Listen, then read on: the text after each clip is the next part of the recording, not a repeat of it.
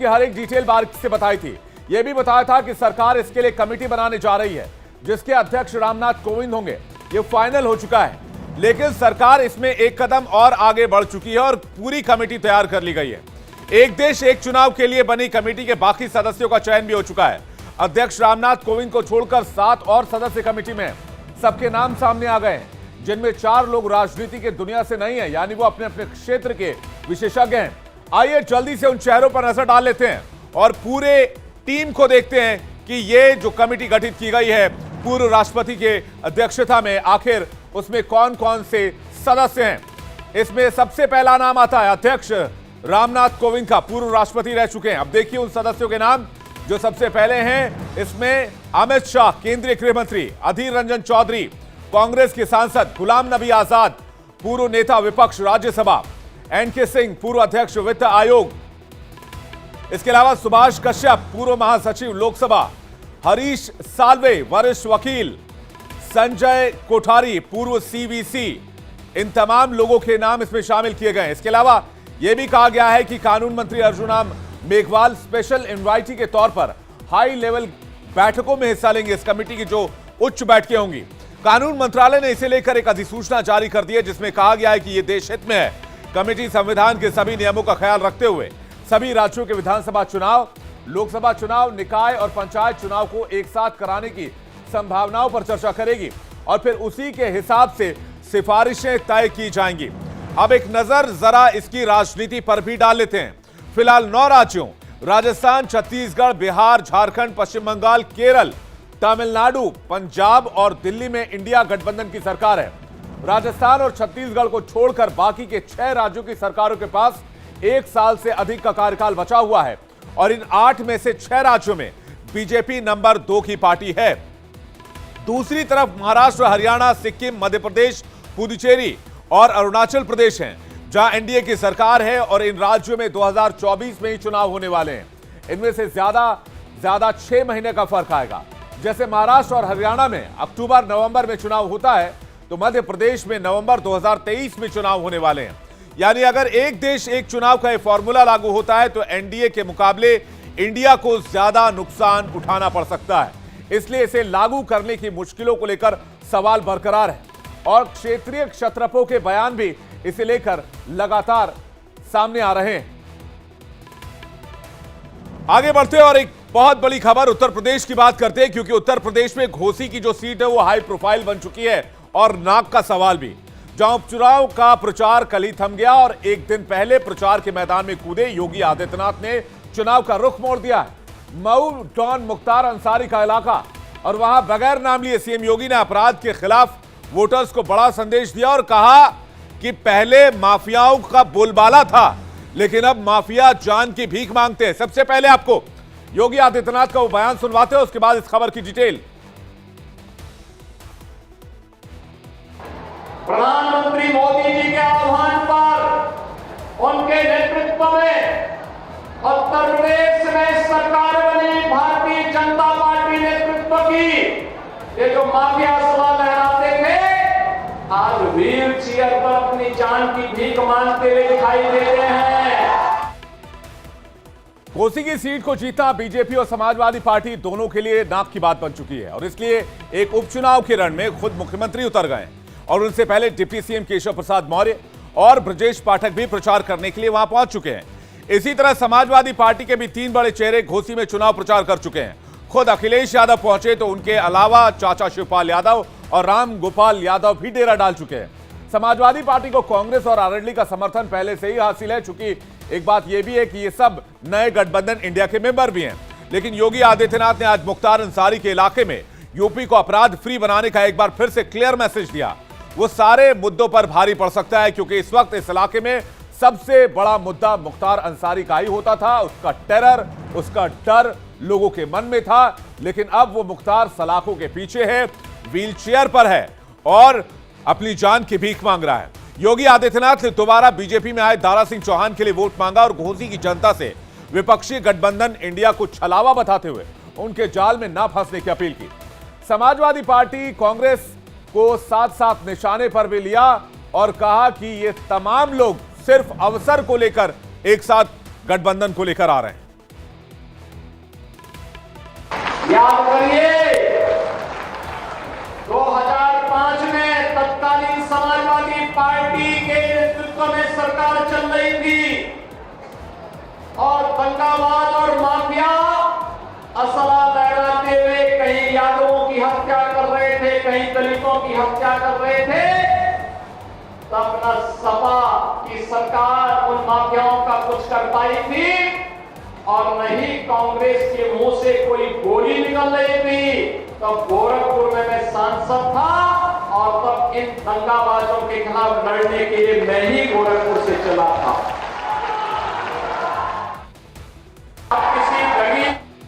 यहां सीएम योगी ने न सिर्फ मुख्तार अंसारी पर निशाना साधा बल्कि पूरे यूपी में आए दिन आजकल जो बुलडोजर दौड़ रहे हैं उसका जिक्र भी किया और आम लोगों को बता दिया कि यूपी माफिया फ्री हो चुका है। अब बुलडोजर की 3 तस्वीरें आप देख लीजिए। योगी आदित्यनाथ ने कहा कि किसी गरीब की जमीन पर अब कोई कब्जा नहीं कर सकता है और जो करता है उसके घर पर बुलडोजर चलने लगता है। बुलडोजर चलने की 3 तस्वीरें आपके सामने। किसी गरीब का, किसी किसान का, किसी व्यापारी की जमीन पर कोई कब्जा करने का दुस्साहस नहीं कर सकता है, क्योंकि अगर कब्जा करेगा तो बुलडोजर भी तैयार बैठा है।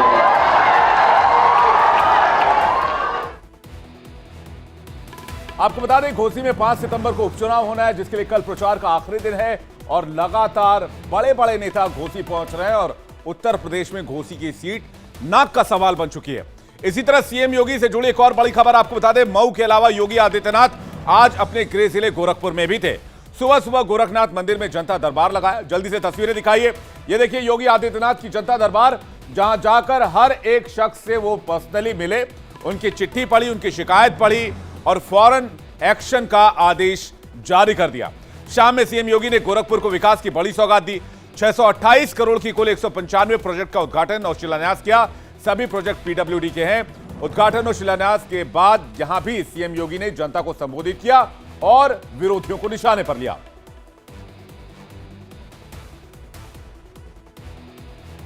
उत्तर प्रदेश देश की आबादी का सबसे बड़ा राज्य 2016-17 के पहले पहचान के संकट के दौर से गुजर रहा था। ये पहचान का संकट यहां पर दंगाओं के कारण, भाई भतीजावाद के कारण, परिवारवाद और जातिवाद की राजनीति के कारण, भ्रष्टाचार के कारण, माफियावाद के कारण, इन सब के कारण उत्तर प्रदेश के नौजवानों के सामने, उत्तर प्रदेश के नागरिकों के सामने पहचान का एक गंभीर संकट खड़ा कर दिया था।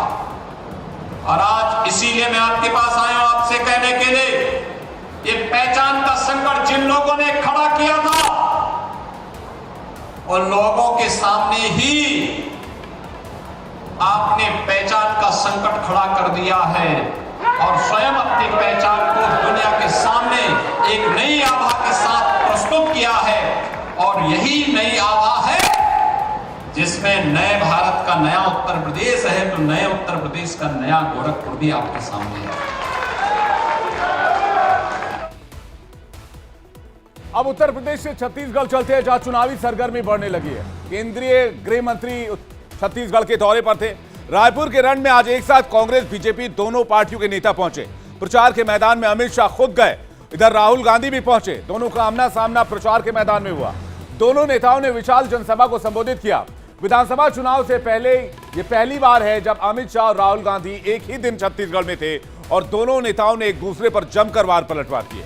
अमित शाह ने रायपुर में और महासमुंद में जनसभा को संबोधित किया, तो वहीं राहुल गांधी ने नवा रायपुर और में राजीव युवा मितान सम्मेलन में शामिल हुए, जहां हजारों अभ्यर्थी टीचर को नियुक्ति पत्र दी गई नौकरी की। छत्तीसगढ़ में इस साल के अंत में विधानसभा चुनाव होने वाले हैं। राज्य में कांग्रेस बीजेपी के बीच सीधा मुकाबला है। ऐसे में दोनों पार्टियों ने एड़ी चोटी का जोर लगाया हुआ है।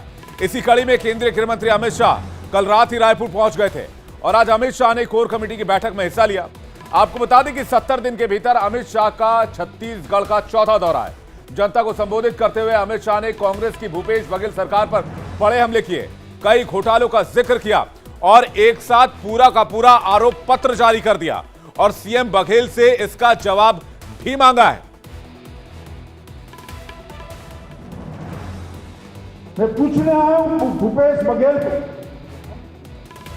एक बार आपकी 10 साल की सरकार और हमारी 10 साल की सरकार का हिसाब किताब रख लीजिए छत्तीसगढ़ की जनता के सामने। जनता अपने आप तय कर लेगी।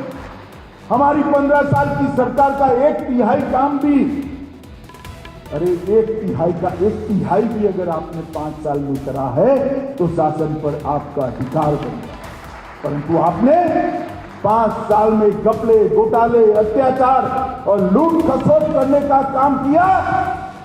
गांधी परिवार के एटीएम बनने का काम किया और गरीबों के पैसे लूटने का काम।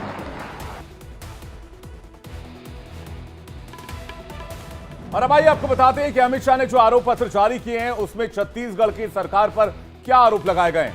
सबसे पहला और सबसे बड़ा आरोप यह है कि गरीबों के मुंह से अनाज छीनने का आरोप। जी हां, आइए देखते हैं अमित शाह के आरोप पत्र में कौन कौन से आरोप छत्तीसगढ़ की सरकार पर लगाए गए। गरीबों का अनाज छीनने का आरोप लगाया गया है। अमित शाह ने साफ तौर पर कहा कि छत्तीसगढ़ की कांग्रेस राज में गरीबों का अनाज छीना गया। और बता दें आपको कि अमित शाह के मुताबिक केंद्र से मिले अनाज को बघेल सरकार ने गरीबों तक नहीं पहुंचाया। करप्शन का पैसा कलेक्ट करना कलेक्टर का काम। अमित शाह ने कहा कि बघेल सरकार ने कलेक्टर के मायने ही बदल दिए, अब वो भ्रष्टाचार के पैसे वसूला करते हैं। बघेल सरकार घोटालों में सरदार। राज्य सरकार दिल्ली की एक परिवार की एटीएम बन गई। कांग्रेस से विकास को भटकाया है। कन्याकुमारी से कश्मीर तक घोटाला मशहूर हो गया है। ये तमाम आरोप अमित शाह की तरफ से एक आरोप पत्र के जरिए छत्तीसगढ़ की सरकार पर लगाए गए। अमित शाह ने कहा कि बघेल सरकार ने भ्रष्टाचार और घोटालों के सारे रिकॉर्ड को तोड़ दिया। अमित शाह ने बड़ा बयान दिया कि बीजेपी सत्ता में आई तो जिन लोगों ने भ्रष्टाचार किया है उन्हें उल्टा लटका दिया जाएगा। मगर आप लोगों को मैं ये कहने आया हूं कि ये भूपेश बघेल सरकार ने भ्रष्टाचार के पूरे भारत के सारे रिकॉर्ड तोड़ने का काम अगर किसी ने किया है तो सबसे कम आबादी वाले राज्यों में हमारा छत्तीसगढ़ शुमार होता है। बड़े राज्यों में गिने तो छत्तीसगढ़ सबसे कम है। और आरोप जो लगे हैं घोटालों के वो सबसे बड़े लगे हैं तो छत्तीसगढ़ के लगे। और इसका जवाब भूपेश बघेल ने देना चाहिए। केंद्रीय गृह मंत्री अमित शाह ने कहा कि कांग्रेस ने सत्ता में आने के लिए 36 वादे किए, लेकिन आधे वादे भी पूरे नहीं कर पाई। अमित शाह ने रैली को संबोधित करते हुए बताया कि बघेल सरकार ने उनके खिलाफ रास्ते में पोस्टर लगाए हुए थे। सुनिए क्या कहा उन्होंने। मैं भी भाजपा कार्यालय से यहाँ तक आया, मैं रास्ते में गिनता जाता था, थोड़ा लेट हो गया फिर भी गिनता जाता था। 52 बड़े बड़े होर्डिंग लगे हैं, 52 होर्डिंग लगे। भूपेश जी और 52 लगा दो, सेंचुरी लगा दो। छत्तीसगढ़ की जनता अब आपको जान चुकी है, इस बार आपकी जाने की बात है। तो वहीं दूसरी तरफ आज राहुल गांधी भी रायपुर में मौजूद थे। राहुल गांधी ने बड़ी जनसभा को संबोधित किया और इस दौरान बीजेपी पर पलटवार किया। आज दोपहर करीब 2 बजे राहुल रायपुर के एयरपोर्ट पर पहुंचे और उसके बाद सीधे रैली वाली जगह पर गए। इस दौरान बड़ी संख्या में यूथ कांग्रेस और एनएसयूआई के कार्यकर्ता भी राहुल गांधी के साथ रहे। यह माना जा रहा है कि अपने इस दौरे से राहुल गांधी ने छत्तीसगढ़ में चुनाव प्रचार का बिगुल फूंक दिया है। राहुल गांधी के कार्यक्रम में कांग्रेस ने 3 से 4 लाख लोगों की भीड़ जुटने का दावा किया है। इसके लिए कांग्रेस ने पूरी ताकत लगा दी थी। 10 एकड़ से ज्यादा के इलाके में पंडाल लगा था। खुद सीएम भूपेश बघेल ने पूरी तैयारी का जिम्मा संभाला हुआ था। बसों में भरकर बड़ी तादाद में लोगों को इस ग्राउंड में पहुंचाया गया। अंदाजा लगाइए कि कुल 6000 गाड़ियों की पार्किंग का इंतजाम था, जिसमें 2000 बसें शामिल थी। जब मंच पर राहुल गांधी पहुंचे तो बघेल सरकार का बचाव किया और बीजेपी को राहुल गांधी ने जवाब दिया। सुनिए। मैं पूछने आया हूं वो वादों क्या क्या हुआ। 36 बड़े वादे किए थे, उसमें से 19 वादे आपने समाप्त नहीं किए। छत्तीसगढ़ की जनता आज आपको, मुख्यमंत्री जी आपसे हिसाब पूछ रही है। और छोटे वादे 36 हेड के अंदर 316 वादे आपने पूरे नहीं किए हैं। एक बार वादों की सूची फिर से प्रकाशित करिए। आप करिए ना करिए, हमारे चंद्राकर ने अपने आरोप पत्र में पूरी सूची को लिस्ट आउट कर दिया। आप सारे प्रदेशों को देख लीजिए, लिस्ट निकालिए, सवाल पूछिए। धान के लिए सबसे ज्यादा पैसा कौन से स्टेट में मिलता है? जवाब मिलेगा छत्तीसगढ़, छत्तीसगढ़, छत्तीसगढ़। और प्रधानमंत्री जी यहां आए थे, मुझे याद है, और कहा था